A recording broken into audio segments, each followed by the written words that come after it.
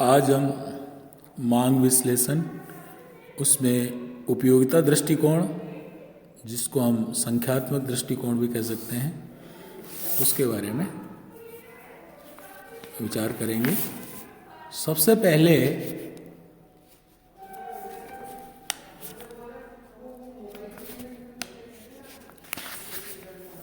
मांग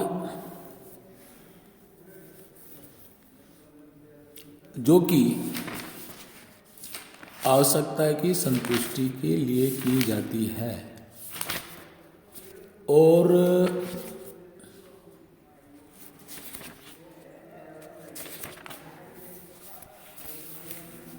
जब आवश्यकता की संतुष्टि को तुष्ट करने के जो वस्तु का जो गुण होता है, उसे हम उपयोगिता कह सकते हैं।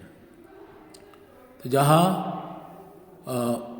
मांग में आर्थिक दृष्टिकोण में अर्थशास्त्री वस्तु की मांग के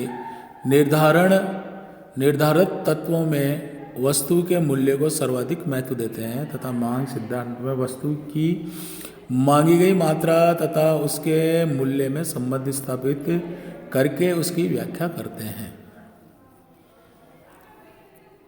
ऐसी परिस्थिति में अर्थशास्त्रियों द्वारा समय समय पर उपभोक्ता की मांग की व्याख्या करने के लिए विभिन्न सिद्धांतों का प्रतिपादन किया है और उससे मांग सिद्धांत बनाया गया है। सीमांत उपयोगिता सिद्धांत मांग का सबसे पुराना सिद्धांत है, जो किसी वस्तु की उपयोगिता की मांग का विश्लेषण करता है। इस संदर्भ में हम उपयोगिता का क्या अर्थ है और उसकी क्या विशेषताएं हैं, इनका पहले अध्ययन करेंगे। किसी वस्तु अथवा सेवा की मानवीय आवश्यकता को संतुष्ट करने की जो क्षमता है, जो शक्ति है, उसे हम उपयोगिता कहते हैं। जब तक किसी वस्तु अथवा सेवा में मनुष्य की किसी आवश्यकता को संतुष्ट करने की शक्ति रहती है, तब तक उसमें उपयोगिता का निवास रहता है। जैसे रोटी में भूख मिटाने की क्षमता होती है, वही रोटी की उपयोगिता है। इसी प्रकार शराबी के लिए शराब तथा डाकू के लिए बगैर लाइसेंस की बंदूक जैसी वस्तुओं में उसकी आवश्यकता पूर्ति की शक्ति होती है। अतः शराब तथा बंदूक जैसी वस्तुओं को भी उपयोगिता होती है। इस संदर्भ में प्रोफेसर थॉमस के अनुसार अगर कोई वस्तु मनुष्य की किसी शारीरिक अथवा मानसिक आवश्यकता की पूर्ति करती है, तो अर्थशास्त्र की दृष्टि से उसमें उपयोगिता निहित है। चाहे उपयोगिता या अन्य लोगों पर इसका विनाशकारक प्रभाव हो अथवा समाज के लिए सामान्यतः हानिकारक हो। अतः उपयोगिता क्या है, इसका तात्पर्य केवल मात्र आवश्यकता संतुष्टि की शक्ति से लिया गया है। आवश्यकता, मानवीय आवश्यकता संतुष्टि की क्षमता से लिया गया है। किसी वस्तु का वह गुण जो मानवीय आवश्यकता की संतुष्टि प्रदान करने की क्षमता रखता है, उस गुण को, उस क्षमता को, उस शक्ति को उपयोगिता कहा जाता है। उपयोगिता में निम्न विशेषताएं होती हैं। सबसे पहले जो विशेषता है वो है उपयोगिता का लाभदायक या कल्याणकारी होने या न होने से कोई संबंध नहीं होता।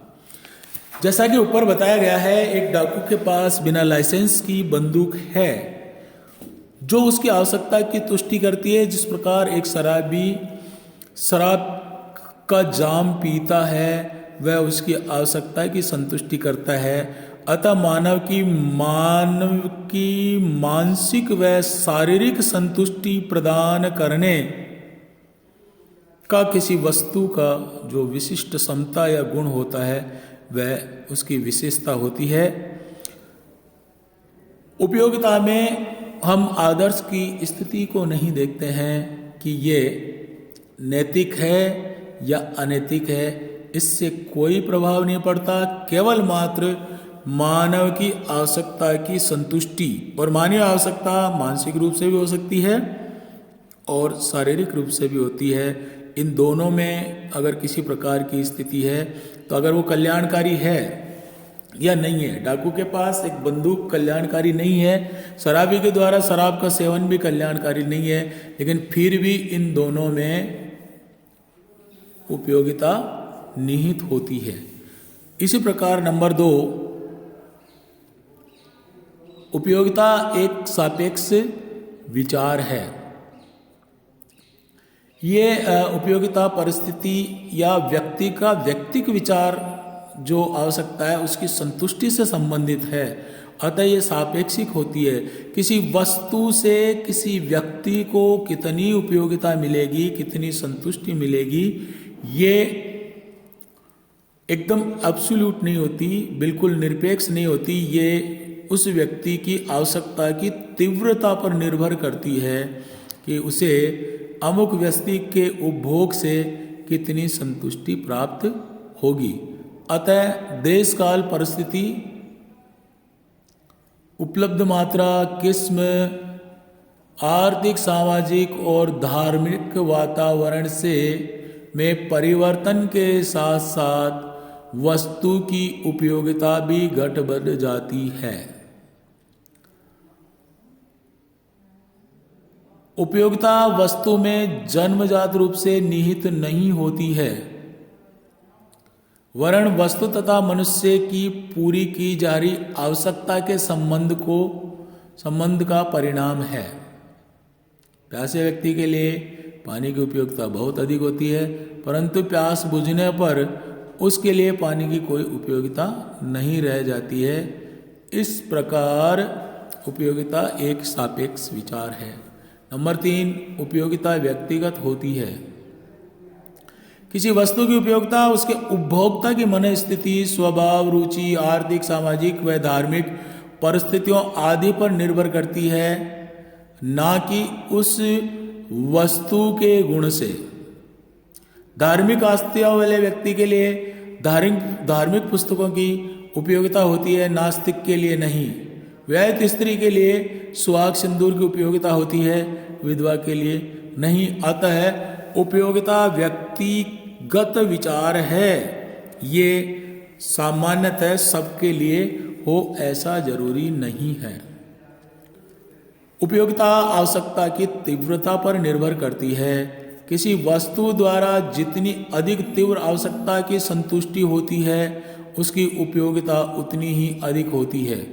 भूख के लिए समय रोटी की उपयोगिता बहुत अधिक होती है, परंतु भूख मिटने पर रोटी की कोई उपयोगिता नहीं रह जाती है, हालांकि रोटी के तत्व वे ही रहते हैं। इस प्रकार उपयोगिता उपभोक्ता की इच्छा एवं मन स्थिति की अभिव्यक्ति है। नेक्स्ट है, उपयोगिता का संबंध उपभोग वस्तुओं से है, उत्पादक वस्तुओं से नहीं है। मानवीय आवश्यकताओं की संतुष्टि, प्रत्यक्ष संतुष्टि के लिए वस्तु का उपभोग ही उपभोग होता है। उपभोग क्या हुआ? मानवीय आवश्यकताओं की प्रत्यक्ष संतुष्टि के लिए वस्तु का उपयोग ही उपभोग होता है, न कि अप्रत्यक्ष संतुष्टि के लिए। इस प्रकार उपयोगिता का संबंध उपभोग की वस्तुओं से होता है। घर में भोजन पकाने के लिए कोयले के उपयोग से प्राप्त उपयोगिता इस श्रेणी में आती है, न कि भोजनालय में ग्राहकों के लिए भोजन पकाने के लिए कोयले के उपयोग से प्राप्त उपयोगिता, ये उत्पादन की श्रेणी में आ जाती है। नेक्स्ट है, उपयोगिता मापी जा सकती है। उपयोगिता को मानवीय आवश्यकता की प्रखरता पर निर्भर होने के कारण मापा जा सकता है।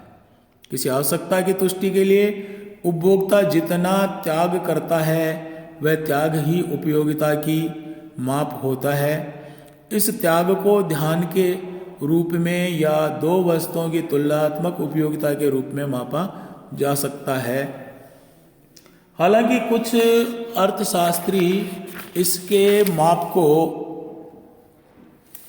अमापनीय बताते हैं कि उपयोगिता को मापा नहीं जा सकता। नेक्स्ट बिंदु है उपयोगिता का कोई रूप नहीं होता। उपयोगिता उपभोक्ता की मन स्थिति पर निर्भर करती है। इसे केवल अनुभव किया जा सकता है, स्पर्श या देखा नहीं जा सकता। टाई के प्रयोग से राम को अत्यधिक संतुष्टि प्राप्त होती है, तो मोहन को टाई के प्रयोग से अधिक घृणा हो सकती है। इस प्रकार उपयोगिता केवल मनोवैज्ञानिक विचार होने के कारण इसका कोई भौतिक अस्तित्व नहीं होता, ये तो अमूर्त होती है।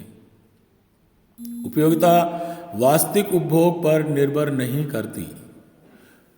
उपयोगिता और संतुष्टि में काफी अंतर है, क्योंकि उपयोगिता द्वारा उपयोगिता की गणना उस समय की जाती है जब वह किसी वस्तु को प्राप्त करने की सोचता है, परंतु संतुष्टि उस वस्तु के वास्तविक उपभोग के उपरांत प्राप्त होती है। उदाहरण की दृष्टि से किसी को तंग मोरी के पैंट के फैशन के कारण ऐसी पैंट की काफ़ी उपयोगिता प्रतीत हो सकती है, परंतु फैशन बदल जाने से उस पैंट का प्रयोग अजीब सा लगने के कारण उपयोगिता उसे उठाकर रख देता है तथा उसका उपभोग नहीं करता। इस प्रकार उसे इस पैंट के प्रयोग से बहुत कम संतुष्टि प्राप्त होती है। इसका तात्पर्य यह हुआ कि संभावित संतुष्टि तथा संतुष्टि को प्राप्त संतुष्टि कहा जाता है, परंतु उपभोग में ये एक दूसरे के पर्यायवाची शब्द माने गए हैं, क्योंकि उपभोक्ता व्यवहार इसी मान्यता पर आधारित है। जो एक्सपेक्टेड सेटिस्फेक्शन है और जो रियलाइज सेटिस्फेक्शन है, इन दोनों के अंतर को समझ लेना चाहिए। अगला जो विशेषता की बिंदु है वह है उपयोगिता उपभोक्ता को किसी वस्तु के खरीदने को लालायित करती है।